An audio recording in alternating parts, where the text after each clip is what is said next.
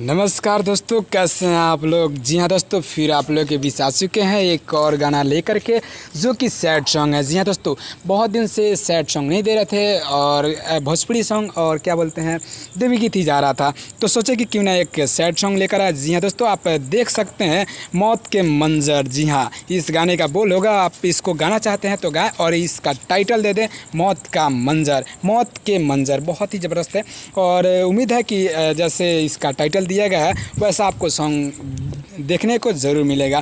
तो चलिए कोशिश करते हैं और देखते हैं आज के इस वीडियो में मेरा कोशिश कहाँ तक सही जाता है और आप लोगों को ये गाना कहाँ तक सही लगता है। तो चलिए इसी के साथ बताते हैं अपना गाना कैसे लिखा गया है और आप इसको कैसे गाएंगे। उससे पहले बता दें कि आज का जो ट्रैक है वो ट्रैक है तू ससुरा में जब रोवेलू। जी हाँ, जिसके वीडियो में काम किए हमारे राज भाई। जी हाँ, राज भाई जो वीडियो में काम करते हैं वो गाना हिट ही कर जाता है। जैसे कि तू हंस के बोललू ये जान, इस वीडियो में यही काम किए थे और नीली नीली आँखियों में, ऐसे बहुत सारे गाने हैं जिसमें ये काम किए थे और वीडियो हिट किया था। तो चलिए आज इसी ट्रैक पे लेकर आ चुके हैं। तो उससे पहले आपको बता दें कि भैया कैसे कौन से गाने पे काम किए थे और कैसा वो गाना था।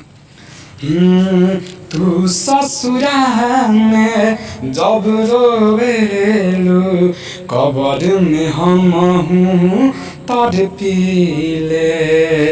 तू ससुरा में जब रोवेलू कबर में हम हूँ तड़पीले। जी हाँ, यही गाना था और आप इसको पूरा सुनना चाहते हैं तो इसकी यूट्यूब पे जाके ज़रूर सर्च करें और सुने इस गाने को फुल, और इस गाने को उसके बाद इस वीडियो को देखें मेरे इस बनाए गए वीडियो में। तो चलिए ये बताएं आपको ये गाना कैसे लिखा गया है और आप इसको कैसे गाएंगे।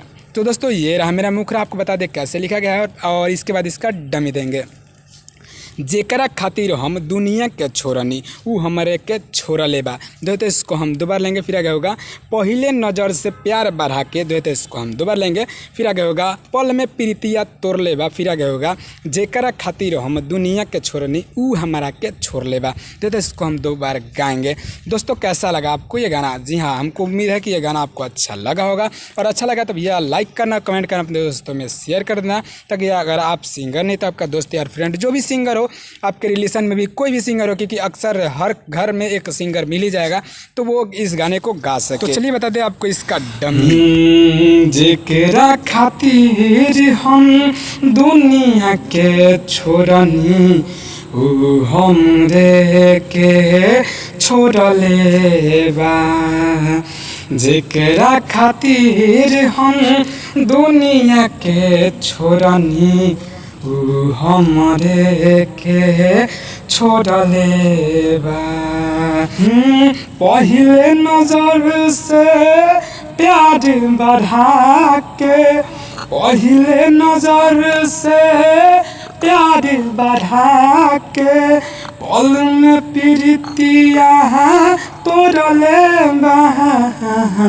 जेकरा खातिर हम दुनिया के छोड़नी ऊ हमरे के छोड़ लेबा। जेकरा खातिर हम दुनिया के छोड़नी ऊ हमरे के छोड़ लेबा।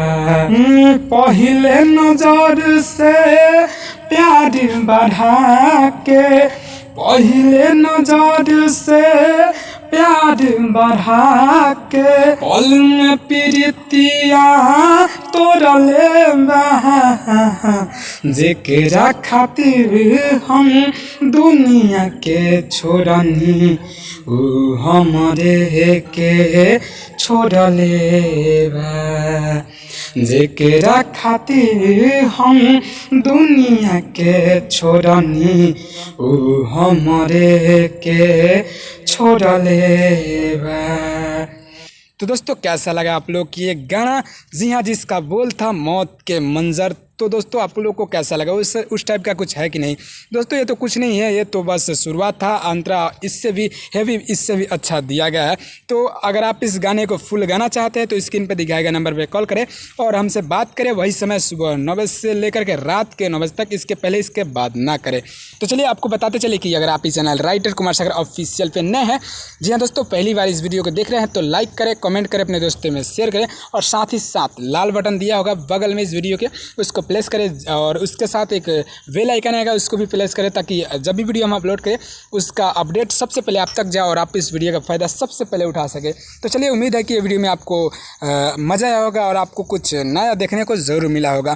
तो चलिए फिर मिलेंगे कल एक नए वीडियो, एक नए धमाल, एक नए ट्रिक के साथ। तब तक के लिए जय हिंद, जय भारत, जय भोजपुरिया समाज।